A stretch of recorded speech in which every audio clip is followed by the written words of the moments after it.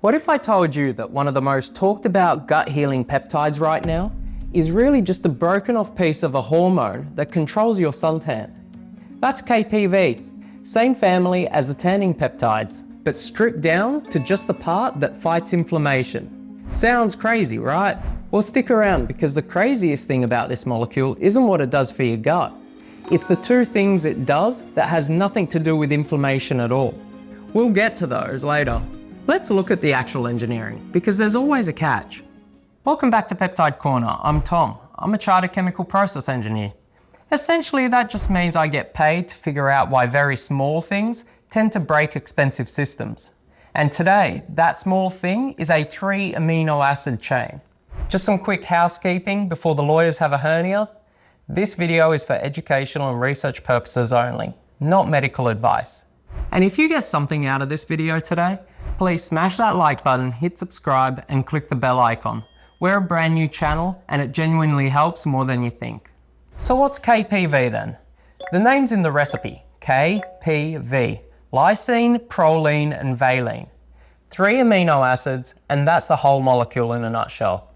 It's the tail end of a much bigger hormone called alpha-msh, the one your body uses for things like skin pigmentation.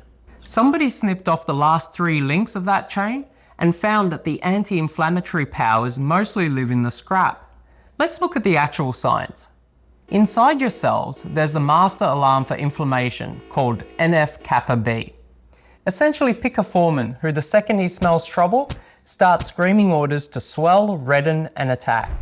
The research says KPV walks in and turns that foreman's volume right down. And the bit that got scientists' attention, it does that at a nanomolecular level. Genuinely tiny. But a molecule calming cells in a petri dish is one thing. Getting it where it actually hurts, now that's another thing. And that's where the gut gets really interesting, because your gut has a side door most molecules never get to use. Let's break the engineering down some more. There's a transporter in your intestinal wall called PEP-T1.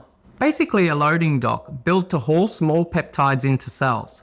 Under normal circumstances, it's quiet down in the colon, but during inflammatory bowel disease, the body cranks it right up.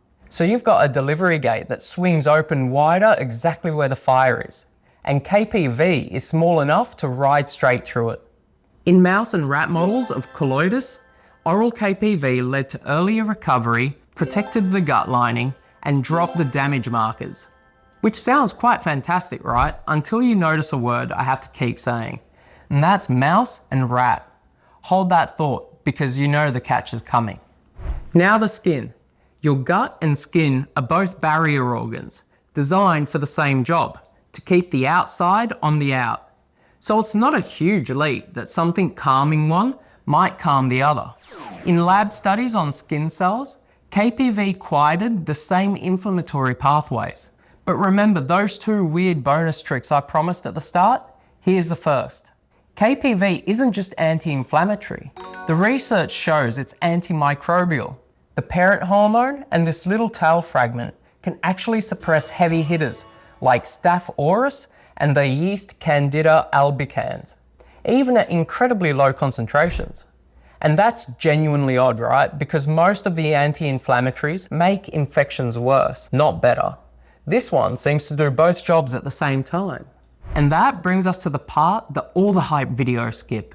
Let's have a look at the actual evidence honestly, because every single benefit I just described, the gut, the skin, the bug fighting, comes from animal studies and in a cell dish. As for robust human trials on KPV, we basically don't have any of them yet. Add on top of that, raw KPV is quite clumsy. It falls apart in solutions quite fast, that a big chunk of the research is really just scientists trying to figure out how to package it so that it survives the trip. And legally, as with all these other peptides we cover in this channel, it sits in a grey zone. KPV is just one of a handful of peptides that just went in front of an FDA advisory committee to decide how and whether it can be compounded at all. So we have no approved product, no standardized anything, and a whole lot of confident internet dosing advice that's built on rodent data. It's as simple as that. Look, with KPV, the bottom line is this. It's genuinely one of the more interesting peptides out there. It has a real mechanism and a clever delivery route. And that rare anti-inflammatory plus antimicrobial combo, but interesting, isn't the same as proven. And right now, all the proof is wearing fur. And for that second bonus trick that I promised at the start, remember KPV is a scrap of the tanning hormone. You'd expect it to mess with your pigment. It mostly doesn't though. The research suggests a big part of its anti-inflammatory effects still work even when you knock out the melanocortin-1 receptor, the exact switch its parent hormone uses to colour your skin. In other words, they cut away the tanning machinery and kept the fire extinguisher alone. That's not crazy, that's just really good molecular editing. So here's my question for you. If a peptide works brilliantly in mice, but hasn't been proven in humans, is that a promising therapy, or is that just a promising rumour? Tell me where you land in the comments below. I read all of them. And if you want the same honest treatment of a skin and longevity peptide that people swear by, go watch my video on GHKCU and Apidolon next. I'll link it for you right here. Until then, keep safe, keep skeptical, and I'll see you right back here on Peptide Corner.